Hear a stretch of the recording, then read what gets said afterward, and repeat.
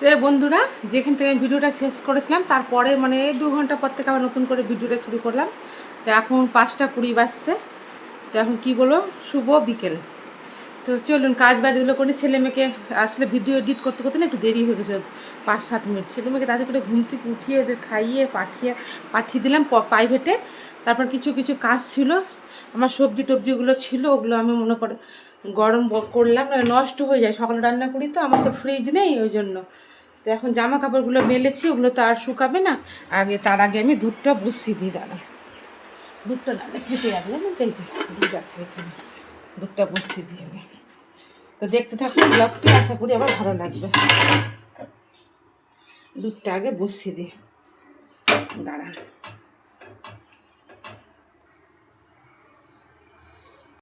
আচ্ছা, দুধটা হতে থাকুক গরম। আর চলো জামা কাপড়গুলো, এই যে জামা কাপড়গুলো যেগুলো শুকিয়েছে ওগুলো তুলে নিই।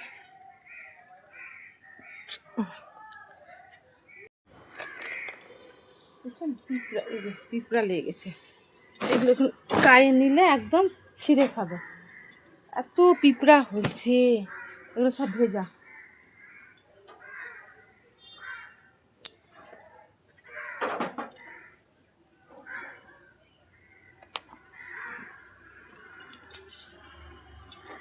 এই যে ছেলে মেয়েকে পড়তে পাঠিয়ে বন্ধুরা জামা কাপড় গুলো তো তুলে নিয়ে আসলাম। আর এখন বিছানাটা তো ছেলে মেয়ে দুপুরে শুয়েছিল, আর ওই জন্য এখন বিছানাটা ভালো করে পরিষ্কার করে ঝেড়ে পরিষ্কার করে আবার পেতে দিব। আর আমার না ভিডিওটা এডিট হয়ে গেছিলো, জানেন তো, আবার মনটা খারাপ হয়ে গেল, কিছু করার নাই। আবার ডবল করে আমি ভিডিওটা এডিট করে আবার দিচ্ছি আপনাদেরকে। আর আমার ঘরে না কি জানি ভিডিওটা ঠিকঠাক দেখা যায় কিনা, এখন যদি লাইট জ্বালাই না, এত রোদ্রের তাপ দেখছেন, আমি ঘেমে গেছি পুরো, জামা আমার গলা টলা ভিজে গেছে একদম ঘামে। এদিক দিয়ে সূর্যের তাপ আসছে, লাইট জ্বালালেও ভিডিওটা ঠিক মতো দেখা যাচ্ছে কি না যাচ্ছে আমি না বুঝতে পারছি না। আজকে আপনাদের সাথে না কিছু কথা শেয়ার করছি, আমার মনের কথা। আজকে একটু না মনটা এমনিতেও ভালো নাই। জীবনে জানেন তো কষ্ট কি জিনিস, আমি সেটা জানতাম না। এই বিয়ের 12 বছর হতে চললো, তিলে তিলে আস্তে আস্তে করে বুঝলাম কষ্ট কাকে বলে। বাবার বাড়িতে যা মানে বলেছি মুখের সামনে তাই চলে এসছে। জীবনে কোনোদিনও বাজার দোকান বলেন, হ্যাঁ এখনো করতে যেতে হয় না, আমার স্বামী কিছু করতে হয় না, ও যতটা চেষ্টা করে আমাদেরকে ভালো রাখার জন্য, কিন্তু কি করব, ভাগ্যে না থাকলে যা হয়। আমি ছুঁচ সুতাটাও কোনোদিনও কিনতে যাইনি, আমার স্কুলে লাগতো যে সব আমার দাদা বা মা কিনে আনতো। সেই মেয়ে এখন আজকাল জানেন তো এখন কি করি আমি, আজকে থেকে না কবে থেকে আমাদের নিচ থেকে জল তুলে আমাদেরকে প্রতিদিন ব্যবহার করতে হয়, খুব কষ্ট করে জীবনযাপন করতে হয়। কিন্তু কিছু না, মানিয়ে নিয়েছি, মানিয়ে না নিলে তো কষ্ট হতো, সংসারে অশান্তি হতো। আর মানিয়ে না নেওয়ার উপায় নাই, কেন স্বামী আমার এমনিতে খুবই ভালো, হয়তো পারছে না, ওর দ্বারা হচ্ছে না, কি করবে বলেন। ভাগ্যে তো না থাকলে আর হয় না। এই করোনার পর থেকে আমাদের জীবনে না কি বলবো, প্রত্যেক দিনই কি বলবো ভাবি, এই হয়তো আজকে একটু ভালো হবে, ওই ভালো হবে, করোনা হওয়ার পর ব্যবসা বসে গেল স্বামী। আহ, কি করব, মানে কোনো রকম করে আমাদের দিন কাটে, যাই হোক। এইভাবে তাও আমরা খুশি 4 জন মিলে। যা খাই না খাই যা করি 4 জন মিলে থাকি। এই যে এই একটা বিছানাতে আমাদের ঘুমাতে অসুবিধা হয়, কিছু করার নাই, ঘর নাই, ঘরের অবস্থা মানে ঘর যে দিতে হবে, তো বাড়ি ঘর ভাগ নাই, কিছু নাই, তাই করতেও পারছি না। যা হয় একটা ফ্যামিলিতে বুঝতেই পারছেন, অত কিছু তো বলা যায় না সোশ্যাল মিডিয়াতে। তো একটা ঘরের মধ্যে থাকা বসা খাওয়া শোয়া, এমনকি কি বলবো, খুবই অসুবিধা করে। বৃষ্টির মধ্যে ঝমঝম করে বৃষ্টি পড়েছে, ছেলে মেয়েকে ছাদে, ছাদ উঠোনে পায়খানা করাতে নিয়ে যেতে পারিনি, ঘরেই পটিতে বসিয়ে পায়খানা করিয়েছি। মানে এরকমই হয়েছে যখন ছোট ছিল ওরা। আর নিচে তো আমাদের সবকিছু নিচে, পায়খানা বাথরুম সবকিছু, কিন্তু উপরে থাকা খাওয়া। থাকা খাওয়া মানে কি, খাওয়া বলতে কি, ওই যে একটু জায়গা আছে ঘরের সামনে, ওইখানে রান্না খাওয়া। না হলেই যে দেখা যাচ্ছে যে বারান্দা, ওইটুকুটার মধ্যে, ওই তাও জলের বালতি, জল এক ঢিরি জল ভরে রাখতে হয়, না হলে আবার 2 দিন 3 দিন জল আসে না আমাদের এখানে। খুবই কষ্টের জীবনযাপন করতে হয়। কি জানি কতদিন ভগবান লিখে রেখেছে, আমিও দেখবো ভগবান, কিন্তু জানেন তো, মানুষের থেকে ভগবান অনেক ভালো আমি মনে করি। এই স্বার্থপর দুনিয়াতে মানুষকে মানুষই ঠকায়, ভগবান ঠকায় না। হয়তো কষ্ট করছি, একদিন ঠিক ফল পাবো, এই আশা বা প্রতীক্ষায় আছি। দেখা যাক জীবনে। পাপ তো কোনোদিনও করিনি, সৎ পথেই চলছি। আর সৎ পথে যারা চলে কিনা, ভগবান তাদের একটু পরীক্ষা নেয়, আমি মনে করি পরীক্ষাই নিচ্ছে। ছেলে মেয়েকে মানুষ করছি কষ্ট করে, ওরা যদি একদিন দাঁড়াতে পারে ঠিকই দিন ফিরবে, তাই না। এই তো এখন জামা কাপড়গুলো গুছিয়ে ঘরটা ঝাড় দিয়ে দেবো, দিয়ে তো ফ্রেশ হব। হয়ে সন্ধ্যাবেলা সন্ধ্যা দিব, দিয়ে আবার মনে করেন যা যা কাজ থাকে প্রতিদিন সারাদিনে, যে আজকে কিন্তু সারাদিন যেহেতুটা ব্লক করে দিয়েছি তারপর থেকে কিন্তু ব্লক করছি, কিন্তু কাজের শেষ আর এই যে নাইটিগুলো আমি মেলে দিলাম ঘরে। কারণ এই যে এখানে না দড়িটা আমার মেয়ে যখন হয় তারপর থেকে টাঙানো হয়েছিল এই ঘরে, দড়িটা ওই ঘরের যে দড়ি টাঙানো হলো, আজও লাগানো হলো কালো। আসলে মেলার তো জায়গা নাই, রোদে যদি না শুকায় কোথায় মেলবো, তখন এই দড়িটাতে গামছা টামছা হালকা কোনো জিনিস টিনিস দেওয়া হয়। সন্ধ্যা হতে হতে হয়তো হালকা ভিজে থাকলে ওগুলো শুকিয়ে যায়। আর ভারী যেগুলো জামা কাপড় ভিজায় না, সিঁড়ি ঘরে একটা দড়ি টাঙানো আছে, ওই কোনো রকমে ওখানেই ঝুলিয়ে রাখি। আমার একটা ঘরেই থাকা খাওয়া বসা খুবই কষ্টকর, জানি না জীবনে কোনোদিনও বাড়িঘর আদৌ করতে পারবো কি না। দিন দুনিয়া ব্যবসার অবস্থা খুবই খারাপ। যাই হোক কোনো রকমে আমরা চলছি, এটাই বললাম, শেয়ার করলাম। আর এদিকে দেখছেন রোদের কত তাপ, ওই জন্য না আমার ছবিগুলো ভালো মতো না দেখা যায় না। আপনাদের সাথে কথা বলতে বলতে না বৌদির ফোন এসেছিল, তাই অ্যাটেন্ড করেছিলাম ফোন। এই যে বন্ধুরা, সমস্ত কাজ সেরে আমি একটু হাত পা ধুয়ে মুখ হাত পা ধুয়ে আসলাম। সমস্ত কাজ হলো, ওই ভোর 5টায় উঠেছি আর এখন কটা বাজছে 5:45। এখনও মানে একটু দুরণ্ড, মানে কাজ ছাড়া বসতে পারিনি। তো এখন একটু আরাম করব, আর এই মোবাইলটা আমার চার্জে দিতে হবে। তো আবার যখন সন্ধ্যা দিব তখন আবার আপনাদের সাথে আসছি। আমি পুরো ঘর টর গুছিয়ে নিয়েছি, দেখাচ্ছি আপনাদেরকে, দাঁড়া সুন্দর করে।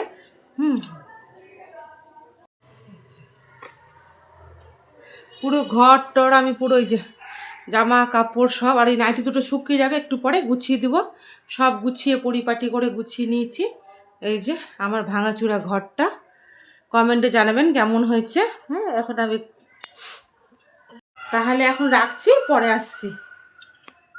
এই যে বন্ধুটা সন্ধ্যা দিতে চলে আসলাম, তো মনটা একটু খারাপই হয়ে গেল, কারণ ভিডিওটা পুরোটা এডিট করার পর কীভাবে আমার কাছে ডিলিট হয়ে গেল, মানে সেভ করতে করতে না, তো মনটা খারাপ হয়ে গেল। যাই হোক কিছু করার নেই, আবার নতুন করে ভিডিওটা দিচ্ছি এডিট করে। এই যে তারপরে মনে করেন সন্ধ্যা দেওয়া হয়ে গেলে এখন উপরে উঠবো, যে ছেলে মেয়েকে খেতে দেবো, আমি একটু চা নিয়ে বসবো।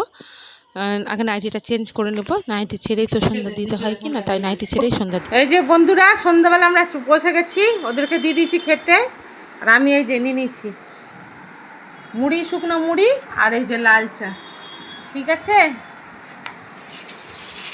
এই যে বন্ধুরা ভাত বসিয়ে দিয়েছি, এখন রাত্রে প্রায় 9টা বেজে আসলো, আর এখানে একটু পেঁয়াজ আর লঙ্কা ভেজে নিচ্ছি।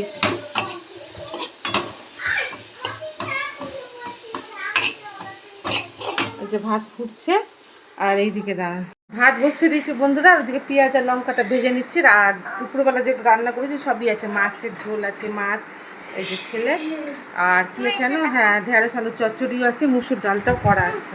এই যে বিছানাও করা হয়ে গেছে, ভাত শুধু এখন এই যে বিছানা হয়ে গেছে, মেয়ে স্কুলে ব্যাগ গুছানো হয়ে গেল, ছেলেরটা আমাকে গুছাতে হবে।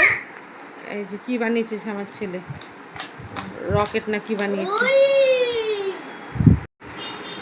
তাহলে এখন রাখছি, আবার পরে দেখা হবে। তাহলে শুভরাত্রি, সবাই ভালো থাকবেন, সুস্থ থাকবেন, টাটা টাটা। এই যে বন্ধুরা তারপরের দিন সকালবেলা কাজ বাজার কিছু শেয়ার করে নিয়ে আমার সব হয়ে গেছে। এখন বেলা 11টা বাজছে, আমার বর খাওয়া দাওয়া করে ভাত টিফিন বক্সে ভরে দিয়েছে, নিয়ে চলে গেছে, ছেলে মেয়েও স্কুল থেকে চলে এসছে। মাছের ঝোল, তারপরে সবই রান্না করেছি, যা যা পরে দেখাচ্ছি আপনাদেরকে। এখন আমার একটু না পুঁই শাক খেতে ইচ্ছে করছে কয়েকদিন ধরে, তো পাশের বাড়ি জেঠিমাকে বললাম, ওদের উঠোনে একটু হয়েছিল, আমাকে কেটে দিল। তো একটু পটল এই যে কেটে রেখেছি, এই যে অল্প একটু আমার নিজের জন্য করব, কেউ তো খায় না, ওর বাবাও খেতে চায় না, অনেকদিন ধরে খাবো খাবো করছি। তো ও কার সর্দি তো কি, তো ওর বাবার অ্যালার্জি হয়ে গেল, খেতে চায় না। আর ওই মশলাটাতে না একটু না 2-3টা রসুনের কোয়া দিয়েছি, সরষার সাথে বেটে নিয়েছি, না খেতে খুব সুন্দর হয়। পুঁই শাকে একটু রসুন দিলে, নিরামিষটাও ভালো লাগে, তো আজকে একটু রসুন দিয়ে খেতে ইচ্ছা করলো, তাই পুঁই শাকটা বসিয়ে আমি ছেলে মেয়েকে এবার স্নান করিয়ে দেবো। স্নান করে আবার একসাথে খাবো আমরা। কিছু না, এই তো একটু তেলের মধ্যে একটু পাঁচফোড়ন দিব, আর একটু পটলটা একটু ভেজে ভাজা ভাজা, মানে হালকা একটু ভাজা হয়ে গেলে তারপর সব সবজি একটু লাল লাল করে ভেজে হালকা করে শাকটা দিয়ে একটু নেড়ে চেড়ে লবণ হলুদ দিয়ে একটু সর্ষে বাটাটা দিয়ে দেবো, দিয়ে জল দিয়ে দেবো, আর একটু মাখো মাখো করবো, বেশ ভালো লাগে চচ্চড়িটা না, আমার খেতে ভালো লাগে, শুকনো শুকনো ভাত দিয়ে ভালো লাগে আর কি। তারপরে তো যেন বসে জানতো, হ্যাঁ আমার জীবনে জানেন তো ভগবানের অবদান অনেকটা।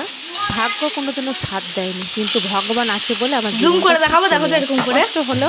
যাই হোক, আর স্বামী এমনি আমার খুবই ভালো, হয়তো আমার স্বামীর রোজগারটা কম হতে পারে, কিন্তু মান সম্মানের দিক দিয়ে মানে আমাদেরকে ভালো রাখার জন্য ও অপরন্ত চেষ্টা করে, এই জন্যই আমি সংসারটা করতে পারলাম। টাকা পয়সা কম হতে পারে, কিন্তু জীবনে মানুষটা ভালো দিয়েছে।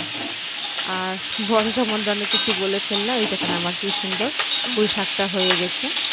আর ও জানেন তো সংসারে হেল্প করে, সকালবেলা জল তোলা থেকে আমিও তুলি, ও তুলি, দুজন মিলে হ্যাঁ, এই যে সকালবেলা ওই লাইট দিয়ে বাচ্চাদের করি। আনতে যাওয়া নিয়ে আসা অনেকটাই কাজ ও করে।